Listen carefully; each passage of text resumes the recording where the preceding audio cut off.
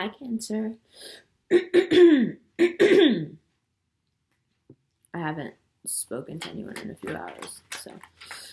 All right, so it's only been a couple of weeks since we talked, but you guys are on edge. So this is good. Maybe this was the whole reason the other reading was late, and now this reading is going up at the same time as everyone else's, which is comforting but might irritate you a little because we know you guys like to play favorites. And we know that you like it when people play favorites with you.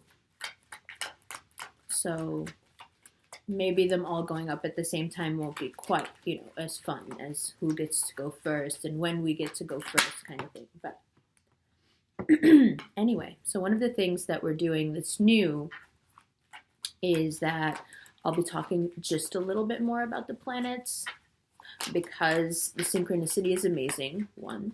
But also, there's a lot of people who aren't watching other videos, and I feel like for those who are only coming to our channel here to find out what guidance they need for the upcoming month or what, signposts are available, the planets are a big part of that. What happens in the sky is super important that way. In terms of the indications that you're getting, that's something that people have been divining since we started looking up. So I feel because it does so seamlessly work with what we do here, and since I use it when prepping for our readings anyway, why not bring you into that part of the process? Watch enough of these videos and you'll be very well versed in what it means to have an eclipse in your fourth house, or right, because you'll hear the terms over and over again, and just simply by repetition you'll pick it up. So let's talk a little bit about what's going on in terms of your planets and what the month looks like, because there's solar eclipse, there's a lunar eclipse. Even if we don't do it every month like this, it's important to do it this month because there's so much going on, right? And it's like big stuff. Lunar eclipse, solar eclipse, big stuff. You want to know about that stuff, and especially lunar eclipse for you. Sure. So I have more than enough cards on the table. I'm just gonna do one more for an outcome, and I'll show you right after I tell you about what's going on here. So on the 4th, Venus, Mars, Uranus, all in the same place. And where are they going to be? In your house of money. So for some reason, you and Pisces, and I'm going to go ahead and suspect that Scorpio as well, this month is a lot about money because this is your 10th house. It's coming into your 10th house of career. So again, that's Mars, Venus, and Uranus all meeting in Aries in your house of career. And here's the thing. Let's look at these cards because it does fit so seamlessly well with what's in front of me that I want you to see it as we talk about it. And I know that this emotional thing is hanging over you. It's not that I'm ignoring it.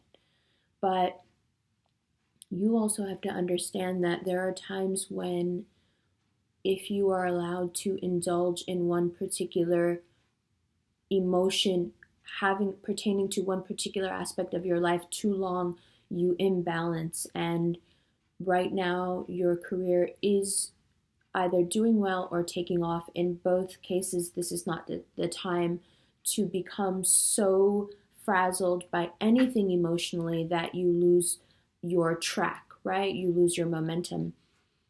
And I know that's a crazy thing to say to a Cancer because you're like, excuse me, have we met? Like, of course I understand. I'm having the same struggle in, right, Cancerian rising.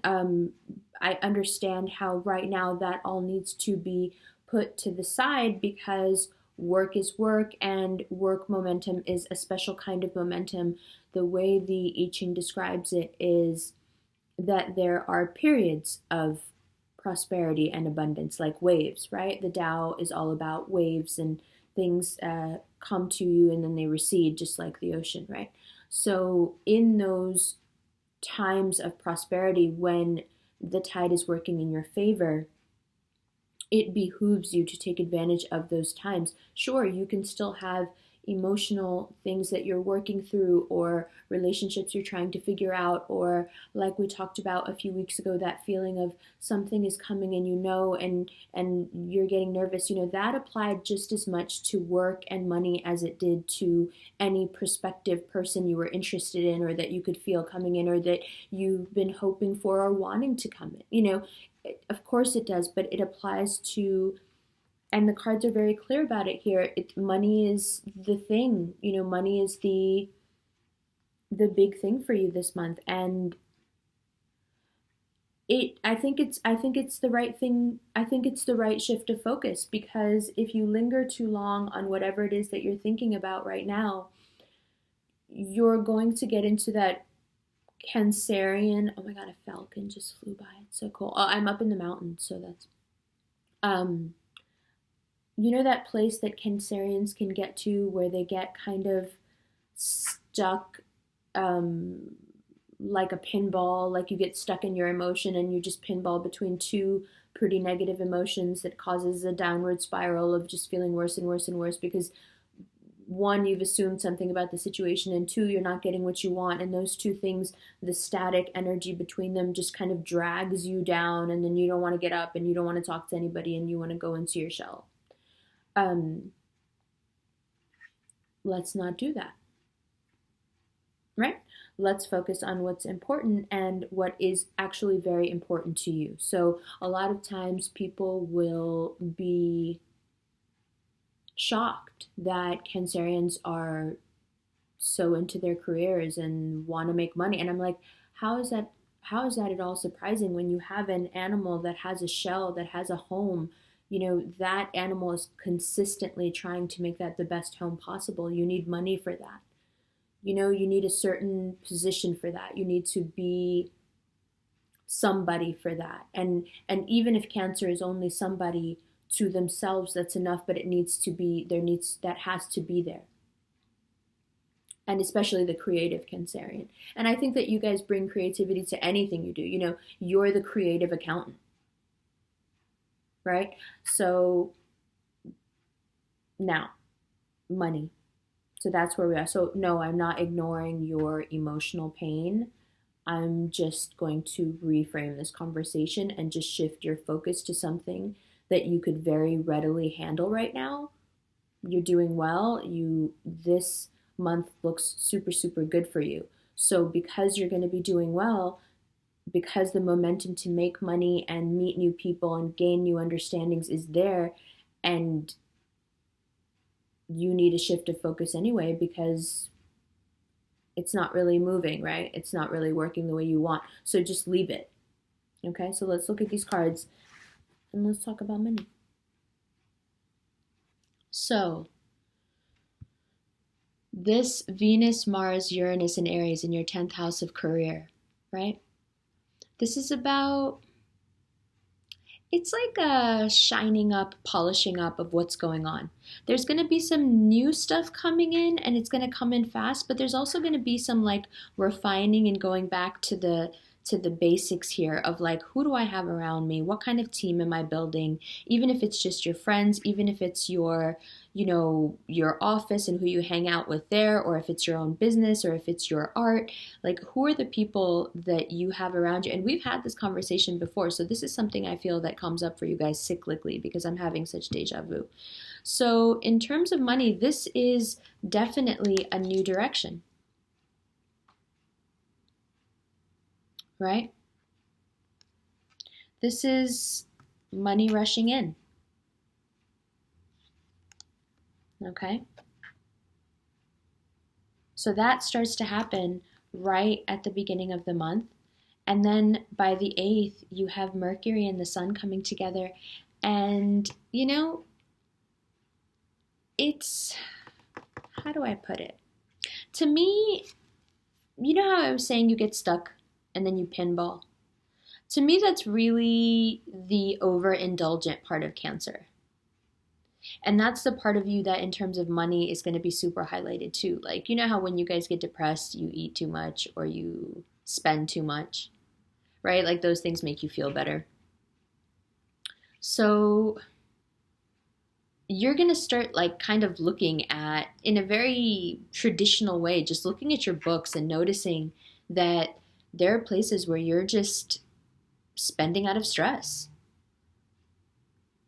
You know, your money situation, debt situation, however you want to put it, is directly tied to, well, the way I would put it, is directly tied to how close or how far you are from, one of the cards associated with you. And the reason you come up as this is because this is what you need to do right now. We need to balance out. This is also why we're talking about money, because there's got to be a balance here between, these two sides of you, one very emotional, sure, and the other very practical. You know, you're all for love and all that, and that's great, but not if you don't have a shell. You know what I'm saying? So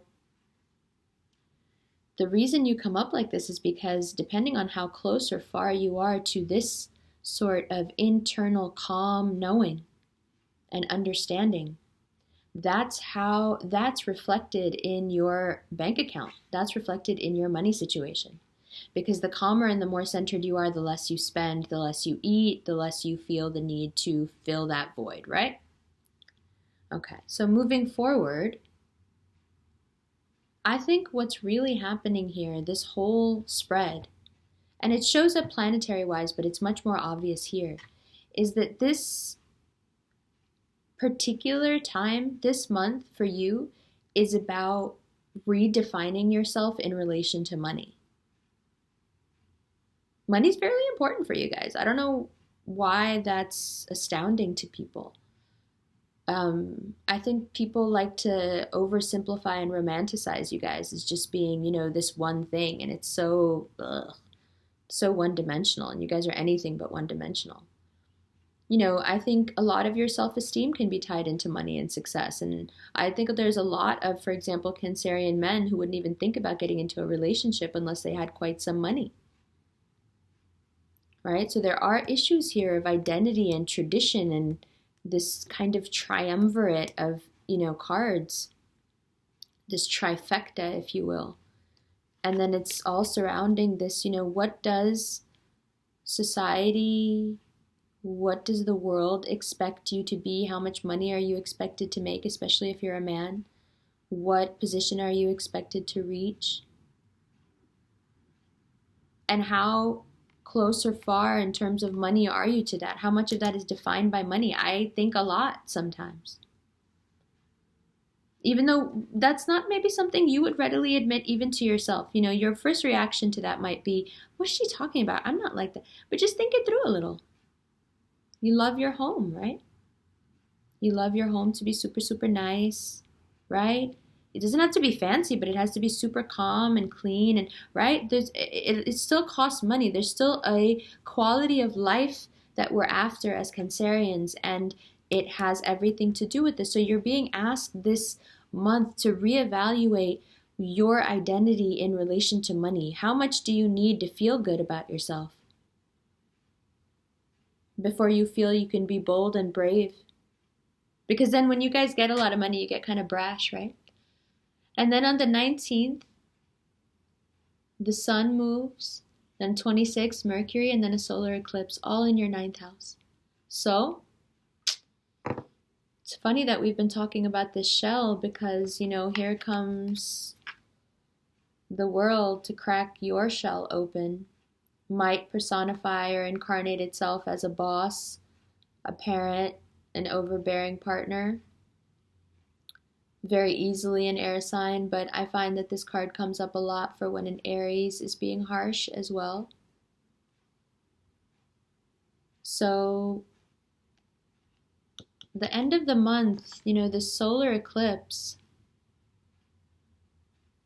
And we skipped over the stuff we were just talking about in terms of what you see. I didn't even notice. I forgot to mention the planets. So you know how we were talking about your identity in relation to money? That's in relation to the lunar eclipse. I didn't even look over, but of course it fits. The lunar eclipse in your second house is about money.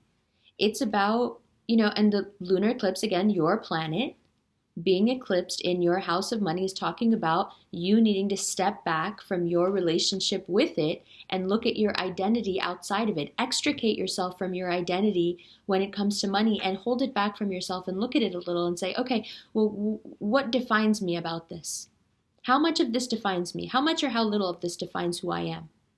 And then so by the time you get to the 26th and then there's a solar eclipse in your ninth, then all of a sudden it's like, you should have done this work before then because you're going to get like, it's funny that we've been talking about your shell because a lot of this has to do with your shell, but you're going to get pulled out of your shell with that solar eclipse and you're going to be asked, that thing you've been getting ready for in January, you're feeling all nervous about, that happens at the end of this month. That's either you taking some kind of huge metaphysical spiritual risk, trying something completely new in terms of belief system, falling in love, being in a relationship, committing to someone, starting a new creative venture, business, whatever it is that you've been having that antsy, feeling in your stomach about, that's it. So the end of this month brings that, we're there. That thing you've been anticipating with your, great intuition and instinct, we're there. So that will require, and the thing that has made you so fearful is that you knew it was going to be something. You knew it was going to be some harshness that was going to, crack that shell and pull you out. And your somewhat gentle nature, half gentle nature, doesn't like the idea of that at all.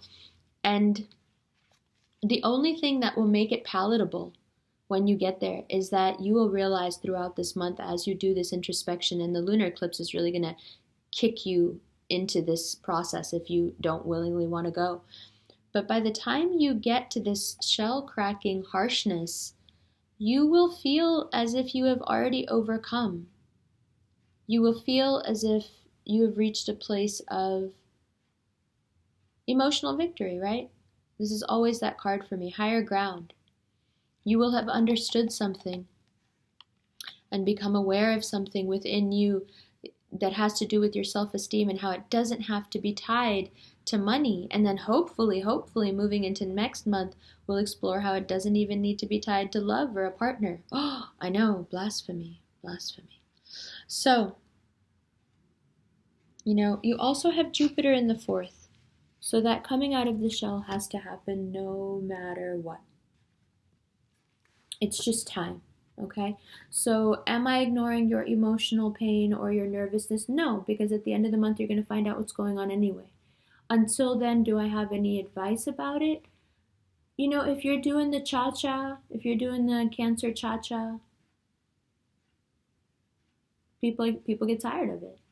People get tired of the like, oh, I'm going to come over and, hey, I like you. No, I'm going to disappear. No, I like you. You see, like I'm even talking about it, I'm bored. Because like that's like cute for a minute and then you're like, okay, so, and especially like for me, like, the Aries in me is like, the Aries, Venus and Mars in me is like, okay, well, if you're not going to move, like the sideways dance is cute. Don't get me wrong, very charming. Especially if you do a little wave, with your claw. Very cute. But, movement is the name of the game. So if you have been doing the touch and go and now you don't know where you stand, I suggest that you learn from it. I know that's a little bit harsh to say to you guys, and I'm never harsh with you guys, but it is a good learning experience. You need to understand that sometimes forward movement is necessary and it can't always be sideways zigzag. Yeah? Sometimes you have to turn yourself sideways and walk what would be straight to the other person. You understand? This is a big thing with cancers and finding relationships. You must understand that when what seems like forward movement to everyone else seems sideways to you, and what seems forward to you definitely is sideways to everyone else. Trust me. Again, I do it too. All the time. All the time. To the point where, like, I think some people are just like, Amber played too much. And I'm like, I guess. So, that's what I got. Like I said, Jupiter in the fourth, out of your shell. Here we go. We gotta do it. I'm a little bit early. I already kind of did it. Like I did it for myself because I don't want it happening externally, and I could feel it. So I was like, blah, take the risk, jump in and text your ex, do the stupid thing, But it was a good risk. So like, I'm just saying, the thing that you're like, remember how last month, a few weeks ago, we talked about the thing that you're like, oh, I don't know if I can handle. What if, oh my God, that would be so great. I don't know if I can handle that. That thing, I don't like anticipation. Again, the Aries thing, cardinal sign issues here. I need to take control of that situation. I can't wait for that wave to hit me. Too much of a control freak for that. So I went ahead and, jumped on that wave before it was anywhere near me. But it will be hitting all of us by the end of the month. And if my experience is any indication of how it's going to go in these cards, it will go very, very well. So although your nervousness is justified, rest assured that the more positive you are about it and the more positive energy you put into it at this time, the more positive the results will be. Just high priestess energy, okay, all month. Be clear, meditate, meditate, meditate, twice a day, meditate. Because it's going to be like I said, the sky is all over the place, so you're going to be feeling it, feeling it, feeling it. So get yourself into a steady meditation routine this month, and then wait for the wave, or be like me and jump into it, and hope you don't break your neck. All right, I love you guys. I'm so sure you'll feel better by the end of the month. Don't worry, hang in there. I love you guys. I'll see you later. I'll see you next month.